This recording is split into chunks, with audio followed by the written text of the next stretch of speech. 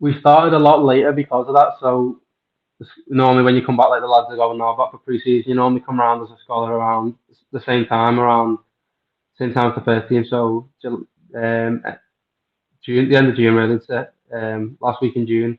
We didn't come back till around mid-August in the end, just because of the COVID delays and restrictions, etc. So it was a bit of a weird times. We were coming in, being tested, masks on, social distancing around the building. It was a really weird time, especially, and it was meant to be such a like joyous time as it for then 2 years. But yeah, we got on with it and we made the most of it, definitely. It must have been crazy because if you think about it, you wouldn't have played since, certainly as part of a team, since the March, because the March is when the lockdown happens and obviously football stops, and therefore we're waiting until August. So a 5-month layoff, which is basically the same as having, I don't know, a broken leg or a broken arm or something, or a really bad muscle injury. And at that age, playing or missing that kind of chunk of football can be really key in your development, can't it?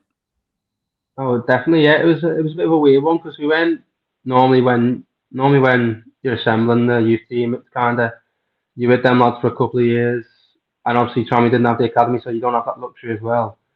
But normally in that 60, like that year where you're building up to go into the youth team, you normally get a good year of playing together and knowing who you're going to be playing with, going into the scholarship and the youth team. But obviously we didn't have that. I think around the Christmas time, we were starting to get a few lads in and know who we were going to be playing with. But that wasn't everyone, so it was only about, I'd probably say 5, 6 at most.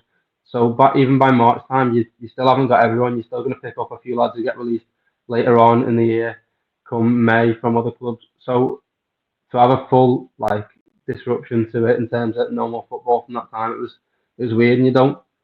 It wasn't then until you get back and the group chats get made and you start speaking over like Zoom calls, etc., that you start to meet your teammates and see actually you're going to be playing with, and then you're just waiting to go back then.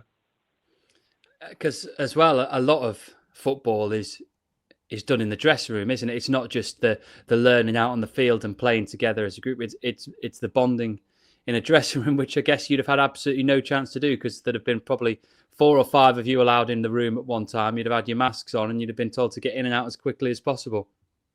Yeah, that was the case. I remember the first couple of weeks, like so clear. Then first couple of days even were so like everyone wanted to obviously make sure no one had to leave due to getting COVID. So we were keeping to the rules so strict and that in terms of the masks, social distancing, testing as we were getting to the training facility, then waiting in cars, etc. Before you could come in. You'd have to wait for a text to say you're all clear, etc. It was a weird time, and I think as the weeks went on, it got everything. We were lucky, everything got a bit more open, and we could do more stuff. But then first couple of weeks, definitely for pre-season, were a weird first couple of weeks. But I think also we were lucky that it come in the pre-season because a lot of it's running, a lot of it's stuff that you can do on your own in a sense in terms of the running and the harder work. So it was more we were lucky in that sense. Whereas when you get into a season, you want to be able to be working on your systems, your formations, etc. And you might need tactical meetings, etc., where you need to be inside in a meeting. So we were lucky in that sense that we didn't miss any of that stuff. Did it also mean, though, that you weren't really able to mix with the first team too much? Because obviously the current, well, Tranmere don't really have a youth team at the moment, but in years gone by, if the manager had been short of a left back, let's say, he'd go into the youth team and go, right, give me a left back to come and do some training with us, or you'd be able to go and speak to them around the training ground and stuff, or maybe I don't know, if you wanted to go and test yourself doing some free kicks or penalties or whatever, you could go and do that and get some tips off the first team squad. But I guess you wouldn't have been able to even do that. I think definitely for that first pre-season, and that was more probably not necessarily on the first years that were coming in. That was more unfair probably on the second years who were probably waiting for their chance in terms of to train with the first team or be around the first team. But I remember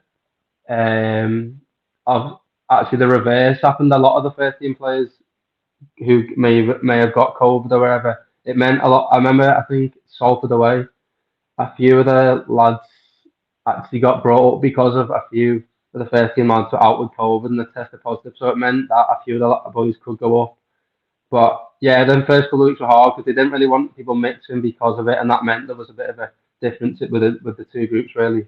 But yeah, later on it kind of helped the lads in some regard. It meant if first team lads were missing due to COVID issues, etc., the lads could go up and be a part of the squad or whatever, or make debuts.